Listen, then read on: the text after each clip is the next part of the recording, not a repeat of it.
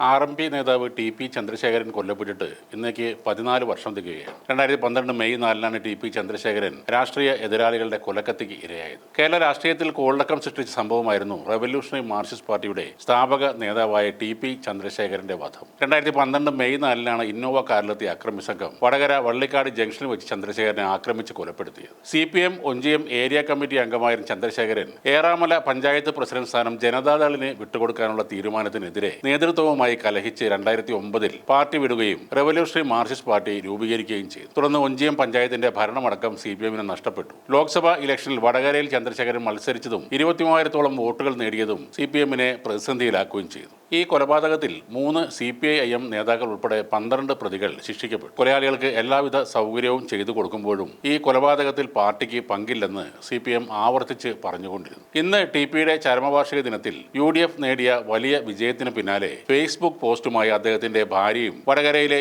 UDF MLA-യുമായ KK Rama രംഗത്ത് വന്നു. കുല്ലംകുത്തി എന്ന് ചാപ്പയടിച്ച് കൊല്ലാൻ ആഹ്വാനം ചെയ്തവൻ പൊള്ളുന്ന വെയിലത്ത് നഗ്നനായി നിൽക്കുന്ന കാഴ്ച കാണാൻ ഒരു വ്യാഴവട്ട കാലത്തിന് ശേഷം ചന്ദ്രശേഖരന് കഴിഞ്ഞുവെന്നാണ് പിണറായിയെ പരോക്ഷമായി വിമർശിച്ച് രമയുടെ ഫേസ്ബുക്ക് പോസ്റ്റ്. പിണറായിയുടെ കുലംകുത്തി പരാമർശത്തെ ഉദ്ദേശിച്ചാണ് രമയുടെ കുറിപ്പ്. രമയുടെ ഫേസ്ബുക്ക് കുറിപ്പിൽ പറയുന്നത് ഇതാണ്: പിന്നിട്ട് 6 റൗണ്ടുകൾ മതി കേരളമേ, ഇത് മതി. കുലംകുത്തി എന്ന ചാപ്പയടിച്ച് കൊല്ലാൻ ആഹ്വാനം ചെയ്തവൻ പൊള്ളുന്ന വെയിലത്ത് നഗ്നനായി നിൽക്കുന്ന കാഴ്ച കാണാൻ ഒരു വ്യാഴവട്ട കാലത്തിന് ശേഷം ചന്ദ്രശേഖരന് കഴിയും. ഈ എഴുത്തിലൂടെ KK രമ നൽകുന്നത് ശക്തമായ ഒരു മറുപടി തന്നെയാണ്. പലപ്പോഴും ആസ്ഥാന വിധവ എന്നൊക്കെ വിളിച്ച് പരിഹസിക്കുന്നവർക്കുള്ള ഒരു മറുപടിയാണത്. കൊല്ലപ്പെടുന്ന സമയത്ത് ചന്ദ്രശേഖരൻ എന്ന ടി.പിക്ക് 51 വയസ്സാണ് പ്രായം. അത്രയ്ക്ക് തന്നെ വെട്ടിലാണ് ടി.പിയുടെ ജീവൻ എടുത്തത്. ഗൾഫിലേക്ക് പോകുന്ന അയൽ വീട്ടിലെ സുഹൃത്തിനോട് യാത്ര പറയാൻ ടി.പി എത്തിയപ്പോൾ അവിടെയുണ്ടായിരുന്ന മകൻ അഭിനന്ദിന്റെ കയ്യിൽ തന്റെ ഹെൽമറ്റ് ഏൽപ്പിച്ചാണ് തിരികെ പോയത്. കൊലപ്പെടുത്താൻ കാത്തിരുന്നവർക്ക് അതൊരു സൗകര്യമായി. ആ മുഖം അവർ വെട്ടുകൾ കൊണ്ട് ചിതറിച്ചു കളഞ്ഞു. നിരവധി ഡോക്ടർമാർ 4 മണിക്കൂറിലധികം അധ്വാനിച്ചാണ്